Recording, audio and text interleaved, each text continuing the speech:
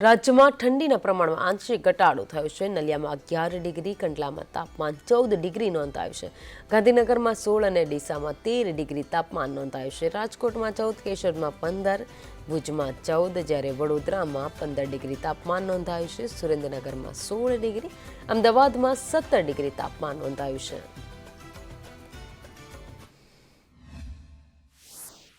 અમદાવાદમાં દિન પ્રતિદિન ઠંડીનો ચમકારો વધી રહ્યો છે, ત્યારે અમદાવાદીઓ પણ ઠંડીની સામે પોતાને ફિટ રાખવા માટે વોકિંગ કરતા નજરે પડી રહ્યા છે। અમદાવાદમાં મોટી સંખ્યામાં લોકો ગાર્ડનમાં જઈને વોકિંગ કરતા નજરે પડે છે, લોકો રનિંગ કરતા નજરે પડે છે, યોગા કરી રહ્યા છે, કસરત કરી રહ્યા છે। પોતાને કઈ રીતે ફિટ રાખવા તે અમદાવાદીઓ પોતાની રીતે સારી રીતે જાણે છે અને અમદાવાદના તમામ ગાર્ડનમાં અત્યારે અમદાવાદીઓ વોકિંગ કરતા નજરે પડી રહ્યા છે। મહત્વનું છે કે અમદાવાદમાં જ્યારથી શિયાળાની શરૂઆત થઈ હતી ત્યારથી જ મોટી સંખ્યામાં ગાર્ડનમાં લોકો છે તે ચાલવા નીકળી રહ્યા છે।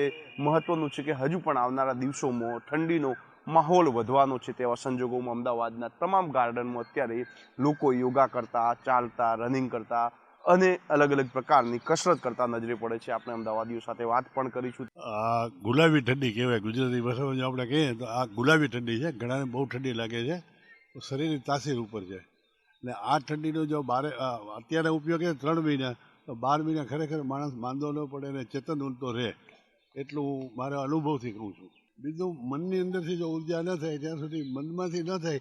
દાખલા તરીકે તમાકુ ખરાબ છે, જગત જાણે છે, છતાં સમજુ માણસો અણસમજમાં જાય છે, એટલે એ એક બહુ ક્વેક્સ પ્રશ્ન છે। છતાં હું આજે આપ સંદેશ સંસ્થાનો આભાર માનું છું કે તમે અત્યારે સવારમાં જે આ બધાના અનુભવ શેર કરો છો, એ બધો તમારા બધાનો અંગત રીતે આભાર માનું છું। કસરત કરી રહ્યા છે, અનેક સ્પોર્ટ્સમેન છે જે ક્રિકેટ રમી રહ્યા છે, ફૂટબોલ, વોલીબોલ રમીને પોતાને સવારમાં કઈ રીતે ફિટ રાખી શકાય તેના માટેના અલગ અલગ પ્રયોગો કરી રહ્યા છે।